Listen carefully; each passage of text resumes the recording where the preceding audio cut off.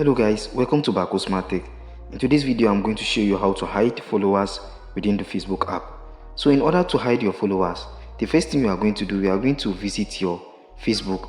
When you visit your Facebook, tap on your profile icon here to visit your profile page.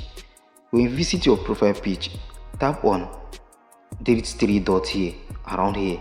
When you tap on it, let's view our account. This is how visitors are seeing our account. These followers is to show to them that okay, we have followers. So now let's go and hide these followers.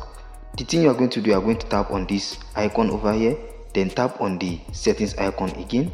After typing on the settings icon, you scroll down and type on followers and public content. Then it's going to pop you up to this page. Then you will now tap on who can see your followers here. Then you now limit. If you want to limit the most, then you now tap on only me, so that you limit everybody except the people following you. So guys, by doing this, you have hide all your followers on Facebook. And don't forget, if you found this video very helpful, consider giving me a like and also subscribe to my YouTube channel. Thank you for watching.